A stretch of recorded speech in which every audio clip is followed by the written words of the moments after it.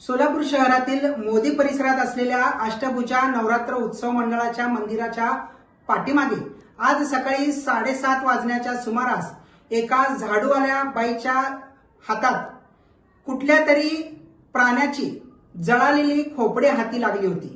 मात्र ही कुठल्या प्राण्याची आहे का की एखाद्या व्यक्तीची म्हणजेच जनावराची नसून एखाद्या व्यक्तीची आहे का याचा तपास करण्यासाठी घटनास्थळी पोलिसांना बोलावण्यात आलं होतं।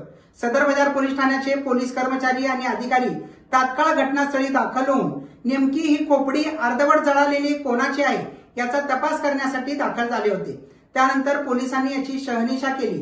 प्रारंभिक मिळालेल्या प्राथमिक माहितीनुसार ही खोपडी जी आहे ती जवळच असलेल्या मोदी स्मशानभूमी येथून तरी नाही आणण्यात आली ना, एखाद्या कुत्र्यासारख्या जनावराने तोंडात धरून तिथली असलेली अर्धवट जळालेली खोपडी तरी इथं आणलेली नाही ना, याचा तपास आता पोलिसांकडून करण्यात येत आहे।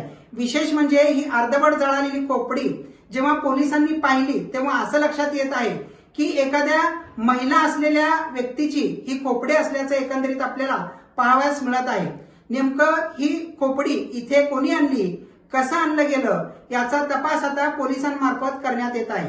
कदाचित खोपडी हे कुत्र्यानं आणली असेल किंवा कुणी जादूटोना किंवा एखादा भूत भानामती करण्यासाठी अघोरी कृत्य करण्यासाठी कुणी जाणीवपूर्वक आणली तरी नाही ना, असा आता प्रश्न निर्माण होत आहे। याचा पुढील तपास सदर बाजार पोलीस ठाण्याचे पोलीस करतीच आहेत, कारण आसपासच्या जवळची सीसीटीव्ही कॅमेऱ्याच्या माध्यमातून नक्कीच याचा उलगडा होणार आहे।